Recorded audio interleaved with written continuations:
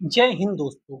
हम यूपीएससी के प्रीलिम्स की जो सीरीज स्टार्ट किए थे उसमें हिस्ट्री, जियोग्राफी, इकोनॉमी और पॉलिटी के बाद अब हमारा नंबर इन्वायरमेंट एंड इकोलॉजी यानी पर्यावरण एवं पारिस्थितिकी पर आ गया है। आज हमें पारिस्थितिकी तंत्र टॉपिक के जितने भी क्वेश्चन 2024 से लेकर 2011 तक आए हुए हैं उन सभी को कंप्लीट करना है। अगर आप नए हैं तो पूरी प्लेलिस्ट बनी हुई है, डिस्क्रिप्शन बॉक्स में और कमेंट सेक्शन में पिन है लिंक, उन सब का लाभ आप उठा सकते हैं। बहुत कुछ फ्री ऑफ कॉस्ट हिंदी माध्यम के लिए यूपीएससी और स्टेट पीसीएस के लिए चल रहा है, उसका भी लाभ उठा सकते हो। चलिए बिना समय गवाए शुरू करते हैं। आप भी आंसर करते रहिए जिससे आपको पता रहे कि आपको कितना आता है। और सिर्फ हम पीवाईक्यू नहीं करते हैं, इसके साथ आने वाले क्वेश्चंस पर भी चर्चा करते हैं कि किस स्टेटमेंट से फ्यूचर में क्या क्वेश्चन आ सकता है। कई बार बार रिपीट होते हैं, वह भी हमने अलग अलग सेशन में अपने बता रखा है। ठीक है, तो पहले क्वेश्चन की तरफ चलते हैं। निम्नलिखित कथनों पर विचार कीजिए। एक बार यदि केंद्र सरकार किसी क्षेत्र को समुदाय प्रारक्षित अधिसूचित कर देती है तो राज्य का प्रमुख या राज्य का मुख्य वन्य जीव वार्डन ऐसे वन का नियंत्रक प्राधिकारी बन जाता है। दूसरा कह रहा है ऐसे क्षेत्र में शिकार की अनुमति नहीं होती है। तीसरा कह रहा है ऐसे क्षेत्र के लोगों को गैर इमारती लकड़ी वनोत्पाद को संग्रह करने की अनुमति होती है। चौथा कह रहा है ऐसे क्षेत्र के लोगों को पारंपरिक कृषि प्रथाओं की अनुमति होती है। निम्नलिखित में से कितने कथन सत्य हैं? कौन सा कथन सत्य है और कितने कथन सत्य हैं, इनमें भी आप ध्यान रखिएगा। तो केवल 2 कथन सत्य हैं, इसके बारे में पूछा गया था। तो समुदाय प्रारक्षित जो अधिसूचित कर देती है केंद्र सरकार क्षेत्र को, उसके बारे में पूछा गया था। तो चलिए इसको थोड़ा सा विस्तार से देख लें, क्वेश्चन फिर से रिपीट हो सकता है। WLPA 1972 wild life protection act, इसका फुल फॉर्म है कि धारा 36C के अनुसार राज्य सरकार जहां समुदाय या किसी व्यक्ति ने वन्यजीव और उसके आवास के संरक्षण के लिए स्वेच्छा से काम किया है, किसी भी निजी या सामुदायिक भूमि को राष्ट्रीय उद्यान, अभयारण्य, संरक्षण रिजर्व के भीतर शामिल नहीं होने पर समुदाय के रूप में घोषित कर सकती है। उपरोक्त अधिनियम की धारा 36D कहती है राज्य सरकार एक सामुदायिक रिजर्व प्रबंधन समिति का गठन करेगी जो सामुदायिक रिजर्व के संरक्षण, रखरखाव और प्रबंधन के लिए जिम्मेदार प्राधिकरण होगी। इसलिए कथन एक सही नहीं है, क्योंकि कथन एक में क्या लिखा था? वन्यजीव वार्डन की बात थी। अभी जो एक है वह सही नहीं है। एक वन को एक समुदाय प्रारक्षित घोषित करने के बाद क्या होता है? वहां के लोगों को शिकार करने की अनुमति नहीं होती। और दूसरा कथन यही कह रहा था कि वहां के लोगों को शिकार करने की अनुमति नहीं होती, तो दूसरा सही हो गया। लोग गैर इमारती वनों उपज एकत्र कर सकते हैं, यानी कथन 3 भी सही है।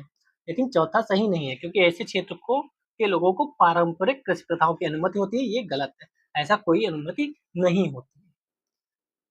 ये क्वेश्चन रिपीट भी हो सकता है। झूम खेती जैसी कृषि पद्धतियों के लिए इसका उपयोग करने की अनुमति नहीं होती है, इसलिए चौथा भी गलत है। चलिए दूसरा क्वेश्चन देखते हैं आज का। निम्नलिखित कथनों पर विचार कीजिए। शिशुधानी स्तनी, जिसे मार्सुपियल हम लोग कहते हैं, मार्सुपियल, तभी इंग्लिश में भी वर्ड याद रहने चाहिए, इकोनॉमी और एनवायरमेंट और साइंटिफिक में ज्यादातर। तो मार्सुपियल प्राकृतिक रूप से भारत में नहीं होते हैं। कथन एक क्या कह रहा है कि मार्सुपियल प्राकृतिक रूप से भारत में नहीं होते। दूसरा कथन कह रहा है मार्सुपियल्स केवल परवच्छी रहित पर्वतीय घासों में ही पनप सकते हैं। कौन सा कथन सही है? सही है तो क्या व्याख्या करता है, ये आपको पता है किस टाइप के क्वेश्चन होते हैं। तो इसका जो आंसर होगा वह केवल सी होगा। सी क्यों होगा? कथन एक सही है लेकिन दो गलत है, क्योंकि यहाँ क्या लिखा है कि केवल परभक्षी रहित पर्वतीय घास स्थलों में ही पनप सकते हैं। पर्वतीय घास स्थलों में शेषधानी पनप सकते हैं, ये क्वेश्चन का स्टेटमेंट गलत है। पहला वाला स्टेटमेंट गलत है। पहला वाला भी हालांकि कंफ्यूजिंग था कि मार्सुपियल प्राकृतिक रूप से भारत में नहीं होते। ये भी आदमी सोचेगा कि इतना बड़ा विशाल अपना भारत है, क्या कहीं होते ही नहीं होंगे मार्सुपियल? तो ये भी स्टेटमेंट कंफ्यूजिंग था, आपको फंसा सकता था। लेकिन कई बार ऐसे स्टेटमेंट सही होते हैं, तो इन पर आप ध्यान से अगर पढ़े होंगे तभी हो पाएगा। मार्सुपियल हो सकता है करंट अफेयर्स में रहा हो, इसीलिए पूछा गया हो। मार्सुपियल स्तनधारी मार्सुपियलिया वर्ग के सदस्य जो समय से पहले जन्म और मां के निचले पेट पर स्तन से जुड़े हुए नवजात शिशु के निरंतर विकास की विशेषता रखते हैं। शिशुधानी वाले स्तनधारियों के रूप में भी जाना जाता है, क्योंकि वयस्क मादाओं में शिशुधानी होती है। ठीक है, मेन बात क्या है, भारत में प्राकृतिक रूप से नहीं पाए जाते। मेन बात ये भी नहीं है, मेन बात ये है, आप जितने भी करंट अफेयर्स में जीव जंतु रहे, ठीक है, वो प्राकृतिक रूप से कहाँ पाए जाते हैं, ये आपको याद रखना जरूरी है। प्राकृतिक रूप से पश्चिमी घाट में क्या क्या पाया जाता है, प्राकृतिक रूप से हिमालय में क्या क्या पाया जाता है, प्राकृतिक रूप से नॉर्थ ईस्ट में क्या क्या पाया जाता है, प्राकृतिक रूप से राजस्थान में क्या क्या पाया जाता है, यानी डेजर्ट वाले एरिया में। तो अगर प्राकृतिक रूप से आपको पता है, तो अभी देखिएगा क्वेश्चन, प्राकृतिक रूप से बहुत ज्यादा क्वेश्चन पूछे गए हैं कि कौन कहाँ का स्थानिक है और प्राकृतिक रूप से पाया जाता है, स्थानिक और प्राकृतिक रूप से। ठीक है, स्थानिक भी अभी आएगा, बात एक। उदाहरण के लिए शिशुधानी स्तनी की कुछ आबादी वर्षावन और रेगिस्तान में भी पाई जाती है, वुडलैंड सवाना सब। वहां क्या लिखा था, पर्वतीय प्रदेशों में, इसीलिए दूसरा वाला कथन गलत था। तीसरा क्वेश्चन देख लेते हैं, इस टाइप के क्वेश्चन ज्यादा आते हैं जो तीसरा वाला है। निम्नलिखित प्राणी जात पर विचार कीजिए। सिंह, पुच्छी, मकाक, मालाबार सीवेट, संभार, सांभर, हिरण। पहली बात तो आपको तीनों की स्थानिक पता हो, कहाँ के स्थानिक हो। उपयुक्त में से कितने आमतौर पर रात्रिचर हैं या सूर्यास्त के बाद सक्रिय होते हैं। तो बिहेवियर से क्वेश्चन बहुत आ रहा है कुछ वर्षों से, जब से मैंने एग्जाम दिया था तब से लेकर आज तक अगर बात कहूँ तो बिहेवियर से बहुत क्वेश्चन आता है, कौन रात्रिचर है, कौन कैसा रहता है, कौन कैसे नहीं रहता है, बहुत पूछा जाता है। करंट अफेयर्स में जो चीजें रहती है उस पर ध्यान से आपको अवगत रहना है। तो रात्रिचर कितने हैं, तो केवल एक इसमें से है जो रात्रिचर है, सांभर, हिरण, सिंह, पुच्छी, मकाक, मालाबार सीवेट। कौन सा है, तो कौन है जो प्राणी, क्या पूछा था, कौन है जो रात्रिचर है, तो मालाबार सीवेट जो है वह केवल रात्रिचर है, ये दोनों रात्रिचर नहीं है। यहाँ देख लेते हैं, क्वेश्चन इससे रिपीट हो सकता है। सिंह, पुच्छी, मकाक रात्रिचर प्राणिजात नहीं है, या वृक्षवासी और दिनचर प्राणी है जो रात में पेड़ों पर सोते हैं। ये ध्यान रखिएगा। अब यहाँ से क्वेश्चन क्या पूछा जा सकता है, ये वाला, कौन रात में पेड़ों पर सोता है, तो सिंह, पुच्छी, मकाक जो है वह रात में पेड़ों पर सोते हैं। ये लाइन आप अपना नोट डाउन कर लो, एक आप पेज बना लो, ठीक है, इन्वायरमेंट के लिए। ठीक है, एक या दो पेज, जो भी पीवाईक्यू के इस टाइप की व्याख्या से क्वेश्चन बनेंगे ना, तो आप ऐसे पॉइंट पॉइंट लगा के पॉइंट फॉर्म में लिख लो सारे। ठीक है, एक दो पेज में सारे आ जाएंगे, लेकिन पीवाईक्यू से अगर क्वेश्चन बना तो आपका गलत नहीं होगा, और आप जानते हैं रिपीट तो होते ही है क्वेश्चन। उच्च वर्षावन कैनोपी में ये रात में पेड़ों पर सोते हैं। मेन वही है जो मैंने हाईलाइट और अंडरलाइन दोनों किया है, ये वाला सर्किल जो किया है। ये मकाक प्रादेशिक होने के साथ साथ संचरणशाली जानवर है, मतलब प्रादेशिक भी है, संचरण भी करते हैं। अब मालाबार सीवेट की बात करें, मालाबार सीवेट मुख्य रूप से रात्रिचर प्राणिजात है, एक छोटा मांसाहारी स्तनपायी जो मूलतः भारत के पश्चिमी घाट के क्षेत्र में पाया जाता है। यही कहाँ पाया जाता है, तो मालाबार सीवेट। और मालाबार से आपको पता होना चाहिए, मालाबार तट इसे बोलते हैं, तो केरल के साइड वाला जो तट है उसे मालाबार तट बोलते हैं। मालाबार तट से आप लिंक बनाइए कि मालाबार युद्धाभ्यास किनके बीच में होता है, उन चारों के नाम आप बताइए। तो ऐसे लिंक करके चीजें पढ़ी जाती है, रिवाइज की जाती है। इसकी प्रकृति एकांत और गोपनीय है, किसकी, मालाबार सीवेट की। तो ये भी क्वेश्चन अगली बार बन सकता है। इन्हें वनों में खोजना एक चुनौतीपूर्ण कार्य है, रात्रिचर विवाह शिकारियों से बचने में मदद करता है। तो एकांत और गोपनीय है, ये भी ध्यान रखिएगा। संभारण हिरण सांध्यकालीन और रात्रिचर होता है, लेकिन यह सुबह और शाम के समय सबसे अधिक सक्रिय होता है। ये रात्रिचर है लेकिन सुबह और शाम में भी सक्रिय होता है ज्यादातर, तभी इसको विकल्प में नहीं सही किया गया है। चलिए, फोर्थ नंबर क्वेश्चन, निम्नलिखित में से कौन सा जीव अपने सगे संबंधियों को अपने खाद्य के स्रोत की दिशा और दूरी इंगित करने के लिए दोलन नृत्य वैगल डांस करता है। यहाँ भी देखो बिहेवियर पूछा गया, कौन ऐसा करता है। ऊपर भी था कौन रात्रिचर है, तो कौन ऐसा करता है, कौन रात्रिचर है, कौन कैसा है, ये क्वेश्चन कई पूछे गए हैं। तो इसमें से मधुमक्खी थी जो, वह है जो वैगल डांस करती है। आप भी जानते हैं कि पास में आ जाती है तो भिनभिनाती है और आपको एक अलग प्रकार की ध्वनि सुनने को मिलती है। मधुमक्खी क्वेश्चन में सही आंसर होगा। मधुमक्खियां अपनी कॉलोनी के साथियों को खाद्य स्रोतों या नए घोंसले के स्थान के बारे में बताने के लिए दोनल नृत्य करती हैं। इस नृत्य में मधुमक्खियां संख्या 8 का पैटर्न बनाती है। अगली बार ये स्टेटमेंट बन सकता है क्योंकि इंटरेस्टिंग है ना, संख्या 8 का पैटर्न बनाती है, मतलब मजेदार चीज है ना। गुरुत्व के सापेक्ष इनकी गति का कोण सूर्य के सापेक्ष खाद्य स्रोत की दिशा को इंगित करता है। मतलब कितना इंटरेस्टिंग वैज्ञानिक चीज है। ये 3 लाइन तो फिर से पढ़ो आप। इस नृत्य में मधुमक्खियां संख्या 8 का पैटर्न बनाती हैं। गुरुत्व के सापेक्ष इनकी गति का कोण सूर्य के सापेक्ष खाद्य स्रोत की दिशा को इंगित करता है और सीधी गति की अवधि छत्ते से भोजन स्रोत की दूरी को इंगित करती है। मतलब इंटरेस्टिंग लाइन है। अगर मैं यूपीएससी का एग्जाम में मतलब पेपर सेट करता तो ये स्टेटमेंट डाल के पूछ लेता आपकी बार कौन ऐसा करता है। वृद्ध मधुमक्खियों की तुलना में युवा मधुमक्खियों द्वारा दोलन नृत्य में अधिक त्रुटि की संभावना रहती है। तो वृद्ध मधुमक्खियां हो जाती हैं, बात तो त्रुटि कर सकती है ना, वो तो वृद्ध हो गई हैं। इससे पता चलता है युवा मधुमक्खियां वृद्ध मधुमक्खियों से सीखती हैं इस प्रकार। अच्छा सॉरी, यहाँ पे जो स्टेटमेंट ये वाला है, यहाँ लिखा है युवा वृद्ध मधुमक्खियों की तुलना में युवा मधुमक्खियां द्वारा दोलन नृत्य में त्रुटि होती है। तो ऐसे समझ सकते हैं युवा मधुमक्खियां वो नई है, वृद्ध वाली पुरानी हो चुकी है, तो पुरानी वालों को एक्सपीरियंस ज्यादा हो चुका है और नई वाली अभी सीख रही है, तो उन्हें त्रुटि हो सकती है, युवाओं को त्रुटि हो सकती है। ठीक है।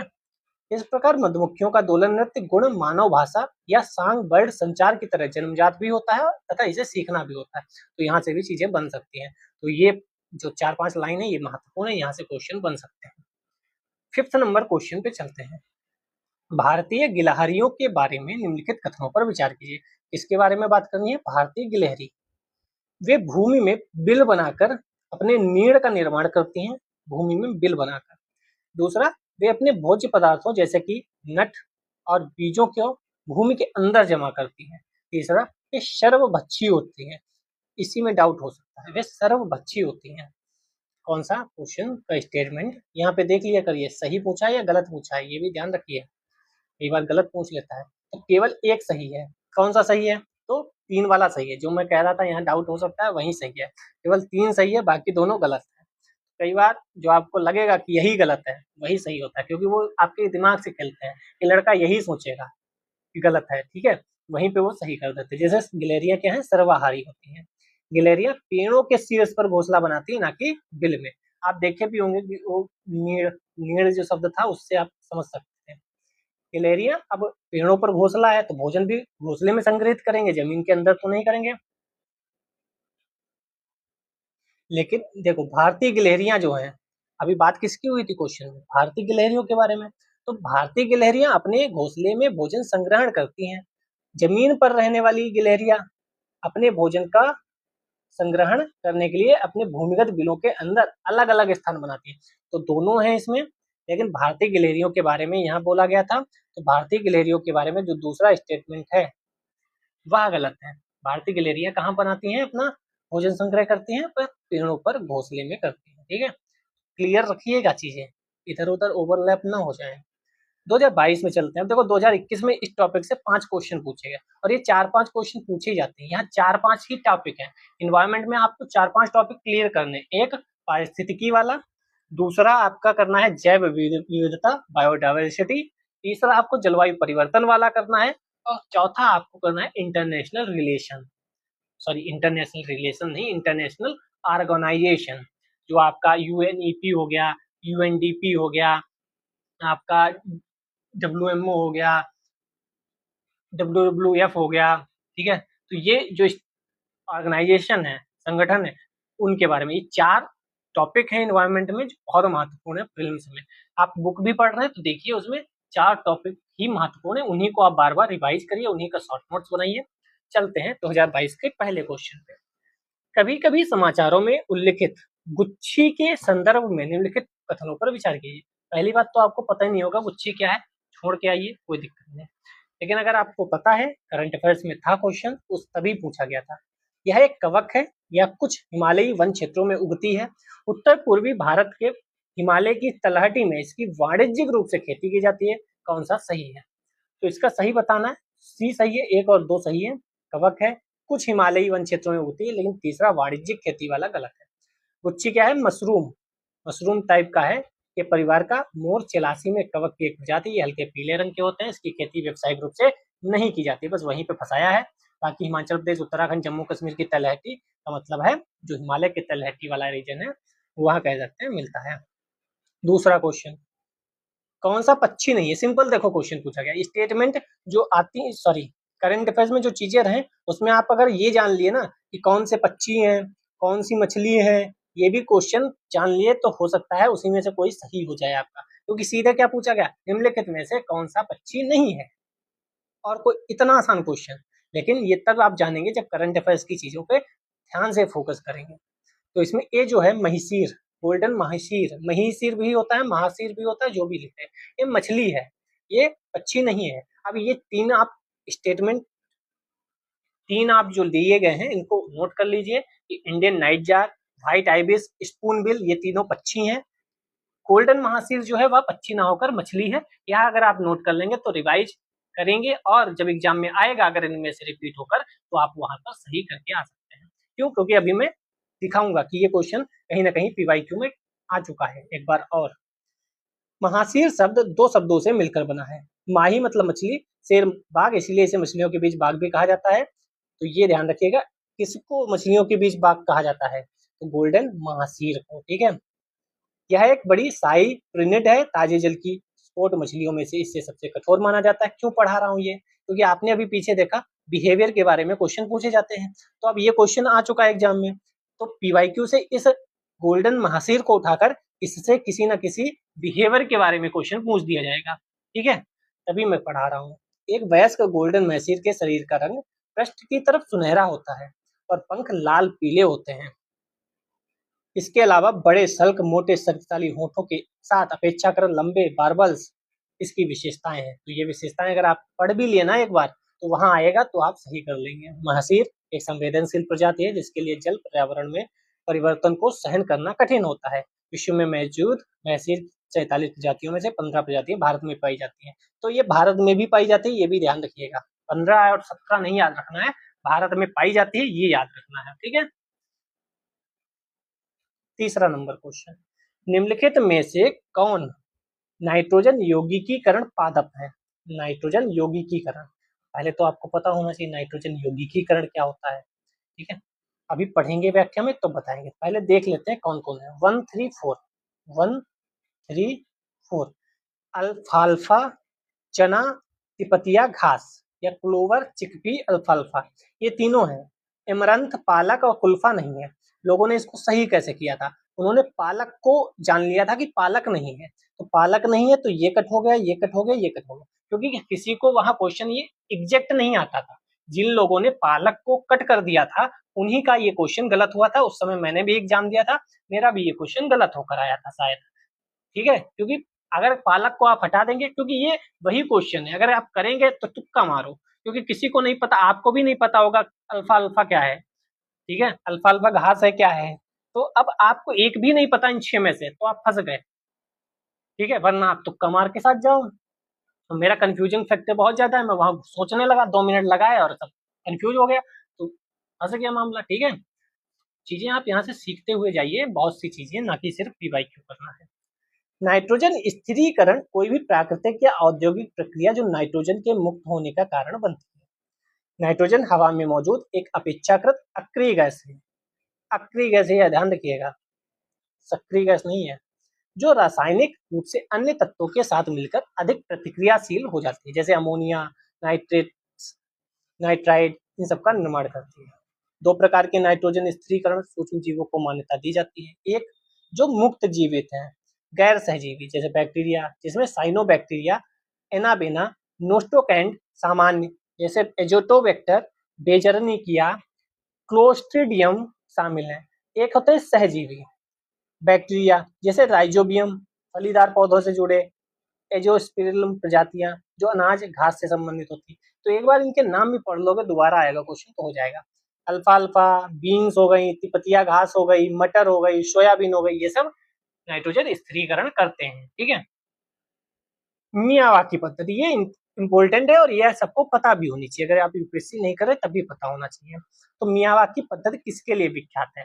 शुष्क और अर्ध शुष्क क्षेत्रों में वाणिज्यिक कृषि का संवर्धन करने के लिए, आनुवंशिकता रूपांतरित पुष्पों का प्रयोग कर उद्यानों का विकास करने के लिए, शहरी क्षेत्रों में लघु वनों का सृजन करने के लिए, या तटीय क्षेत्रों समुद्री सतहों पर पवन ऊर्जा का संग्रहण करने के लिए। तीसरा वाला जो है ना, शहरी क्षेत्रों में लघु वनों का सृजन करने के लिए, ये है। लेकिन मियावाकी पद्धति आप पढ़ें और इसे मेंस में भी आप यूज करें। मेंस से याद आया, टॉपर्स की मैं कॉपी करा रहा हूँ, जो मेंस की आंसर राइटिंग वाली कॉपी है, उनको आप एक बार देखिए, आपको बहुत कुछ लाभ वहां से मिलेगा। अभी तक अगर नहीं देखी तो बहुत लोग, सैकड़ों हजारों लोग देख रहे हैं, आप भी देखिए जाके, मजा आएगा। मियावाकी पद्धति के प्रणेता, नाम से ही पता चल रहा है, जापानी वनस्पति वैज्ञानिक अकीरा मियावाकी हैं, उन्हीं के आधार पर नाम रखा गया। इस पद्धति से बहुत कम समय में जंगलों को घने जंगलों में परिवर्तित किया जाता है। ऐसा क्या किया जाता है सर? इस योजना ने घरों के आगे अथवा पीछे खाली पड़े स्थान को छोटे बागानों में बदलकर शहरी वनीकरण की अवधारणा में क्रांति लाती है। इस पद्धति में 30 प्रजाति के पौधे एक दूसरे के समीप लगाए जाते हैं, जो कम स्थान घेरने के साथ ही अन्य पौधों की वृद्धि में सहायक होते हैं। सघनता की वजह से ये पौधे सूर्य की रोशनी को धरती पर आने से रोकते हैं, जिससे धरती पर खरपतवार नहीं उग पाते। 3 वर्षों के पश्चात इन पौधों की देखभाल की आवश्यकता नहीं होती। पौधे की वृद्धि 10 गुना तेजी से होती है, जिसके परिणाम स्वरूप वृक्षारोपण सामान्य स्थिति से 30 गुना अधिक सघन होता है। जंगलों को पारंपरिक विधि से उगने में लगभग 200 से 300 वर्ष का समय लगता है, जबकि मियावाकी पद्धति से उन्हें केवल 20 से 30 वर्षों में उगाया जाता है। आप मियावाकी पद्धति प्रीलिम्स से ज्यादा मेंस में लिखेंगे, और इसको हर जगह आप एस्से में लिख सकते हैं, आप इन्वायरमेंट वाले में लिख सकते हैं, आप अन्य जगह जहां भी चाहें वहां पे लिख सकते हैं, आप इंटरव्यू में भी बता सकते हैं कि हम इसका प्रयोग करके, और अधिकतर जो देश है वहां की सरकारें मियावाकी पद्धति का उपयोग कर रही हैं। 5th नंबर क्वेश्चन सिंपल है, एक तरफ आर्द्रभूमि दी गई है, दूसरी तरफ उसका स्थान दिया गया है। तो इस टाइप के सिंपल क्वेश्चन भी आ जाते हैं, लेकिन कई बार हम लोग बड़े बड़े क्वेश्चन करते हैं, छोटे भूल जाते हैं। इस क्वेश्चन को देखते हुए मुझे अपनी वह प्लेलिस्ट याद आ गई, जिसमें मैंने इंडियन जो मैपिंग सीरीज है वह शुरू की है। माउंटेन्स में हो गए, उसके बाद रिवर और आर्द्रभूमि, झील, नेशनल पार्क सब कराएंगे, आप उसको भी जाकर देख सकते हैं। सब कुछ फ्री ऑफ कॉस्ट चल रहा है, अगर आप सेल्फ स्टडी वाले हैं तो आपको अवश्य देखना चाहिए। तो कौन सी सही सुमेलित है? क्या होकेरा आर्द्रभूमि पंजाब में है? क्या रेणुका आर्द्रभूमि हिमाचल प्रदेश में है? क्या रुद्रसागर झील त्रिपुरा में है? क्या सस्थाम्बकोता झील तमिलनाडु में है? कितने सही सुमेलित हैं? तो बी, 2 ही सही सुमेलित है। इसमें एक फायदा ये होता है कि अगर आपको ये 2 पता चल रहे हैं ना कि सही है, तब भी आपका आंसर सही है। अगर आपने ये दिमाग लगा लिया ये 2 सही है, तब भी कोई भी 2 आपको तो अगर लग गया कि सही है, तब भी तुक्का आपका सही हो जाता है। तो देख लेते हैं कौन सा सही है। होकेरा जम्मू कश्मीर में है, पंजाब में नहीं। कहाँ है? जम्मू कश्मीर। रेणुका हिमाचल प्रदेश में है, गुड। रुद्रसागर त्रिपुरा में है, गुड। सस्थाम्बकोता झील तमिलनाडु में नहीं है, कहाँ है? केरला में है। ठीक है, तो ये चारों आप याद कर लीजिए, वरना सीरीज चल रही है उसमें प्रैक्टिस याद सब कराया जा रहा है। एक बार आप देखेंगे तो दोबारा प्लेलिस्ट को सेव ही कर लेंगे। निम्नलिखित जैव भू रासायनिक चक्रों में से किस समय चट्टानों का अपक्षय चक्र में प्रवेश करने वाले पोषक तत्व के निर्मुक्त होने का मुख्य स्रोत है? कोई भी आप इन्वायरमेंट की बुक, कॉपी, नोटबुक या नोट्स किसी भी कोचिंग के या कहीं यूट्यूब से कर रहे होंगे, ये क्वेश्चन वहां हर जगह होगा। बहुत इजी क्वेश्चन था, और इसका आंसर था फास्फोरस चक्र, क्योंकि यहाँ कह दिया उसने चट्टानों की बात कर दी, और जैसे चट्टानों की बात कर दी आपका क्वेश्चन का आंसर इजी हो गया। क्यों? आपने पढ़ा होगा, आपको पता है। फास्फोरस का प्राकृतिक भंडार चट्टानों में है, जो कि फास्फेट के रूप में फास्फोरस को संचित किए हुए है। फास्फोरस चक्र के अंतर्गत जब चट्टानों का क्षय होता है, मतलब चट्टानें टूटती हैं, थोड़ी मात्रा में ये फास्फेट भूमि पर जल में घुल जाता है, उन्हें पादपों की जड़ों द्वारा अवशोषित कर लिया जाता है।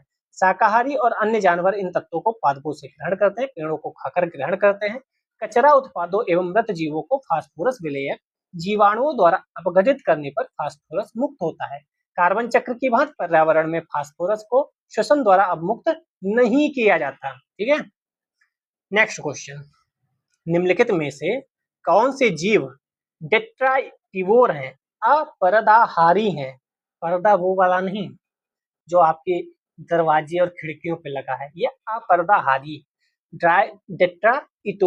डेट्राइटिवोर। अब आपको वर्ड ही नहीं पता होगा तो इसका आंसर कैसे दे पाएंगे, और बताना है कौन सा सही है।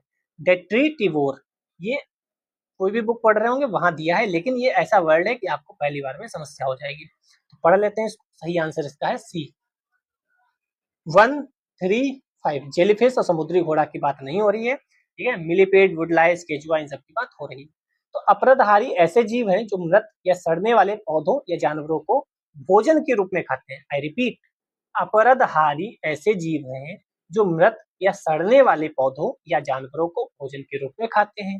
इनमें सूक्ष्म जीव जैसे बैक्टीरिया, बड़े जीव जैसे कवक, केचुआ, कीड़े, सहस्त्रादी यानी मिलीपेटिस, कुछ क्रस्टेशियन जैसे काष्ठ, यूका शामिल है। तो ये आपके नोट्स में ना हो तो नोट डाउन कर लीजिए और आगे बढ़ते हैं। थर्ड नंबर क्वेश्चन कह रहा है निम्नलिखित समूहों में से किन में ऐसी जातियां होती हैं जो अन्य जीवों के साथ सहजीवी संबंध बना सकती हैं। निम्नलिखित समूहों में से किन में ऐसी जातियां हैं जो अन्य जीवों के साथ सहजीवी संबंध बना सकती हैं। क्या कवक से सहजीवी संबंध बना सकते हैं? क्या प्रोटोजोआ बना सकता है? नाइडेरिया का नाम तो आप पहली बार सुन रहे होंगे। तो इसमें डी आंसर सही है, 1 2 3 यानी तीनों सही है। तो नाइडेरिया जैसे वर्ड आ जाते हैं, इसीलिए इकोनॉमी।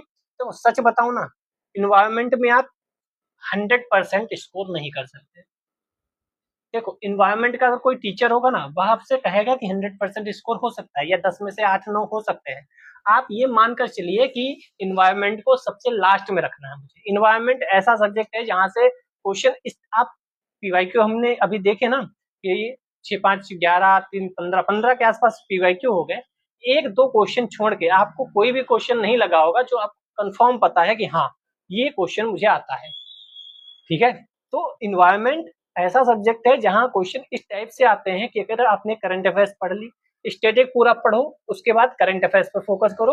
अगर हो जाए सही तो ठीक, अदरवाइज इस बेस पे नहीं जाएंगे कि इन्वायरमेंट में मुझे 100% करने हैं। क्वालिटी आप 100% कर सकते हैं। अगर 15 क्वेश्चन आ रहे हैं तो 14 13 तक जा सकते हैं। जियोग्राफी आप 10 क्वेश्चन आए तो उसमें 8 9 जा सकते हैं।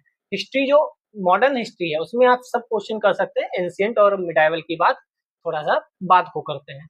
साइंस टेक में आप करंट अफेयर्स अगर आपने पढ़ा है, साइंस टेक इसके बाद कराऊंगा, वहां थोड़ा सा लॉजिक और थोड़ा सा ट्रिक भी काम कर जाती है साइंस टेक में, वो मैं कराऊंगा इसके बाद, तब आपको बताऊंगा। इन्वायरमेंट ऐसा सब्जेक्ट है जहां आपको फंसाया जाए तो आप फंस जाएंगे।